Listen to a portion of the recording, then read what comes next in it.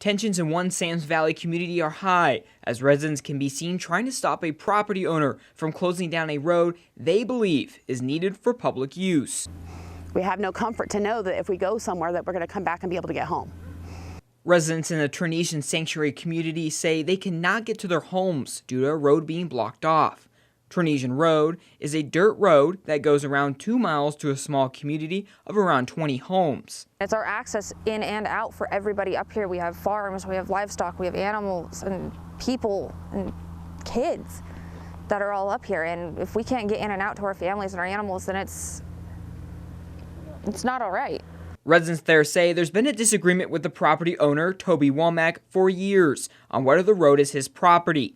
He says he owns the land on each side of the road and claims it's part of his property.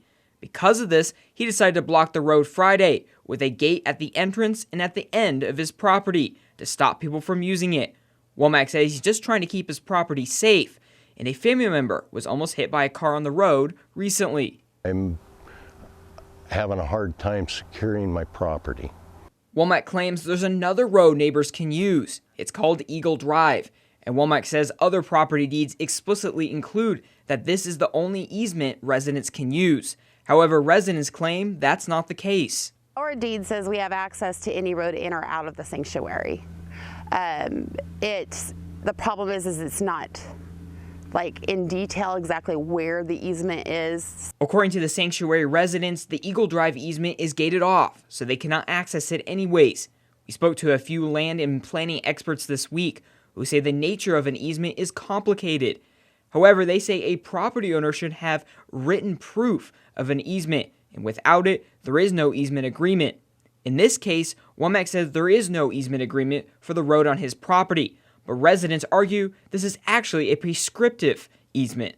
Experts tell us this is acquired through continuous and uninterrupted use of an owner's land. It's an easement necessity, an easement prescription. It's been here for 50, 60, 70 years, so he has no legal right to do anything to this easement that he has. But Womack doesn't believe that's true. He says it's his property and should be able to secure it. I've received multiple death threats, and I have a right as every other citizen to secure my property.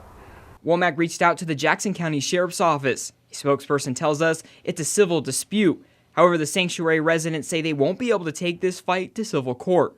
We don't have the financial means to try to fight this with an attorney. It could cost thousands and thousands of dollars that he knows we don't have.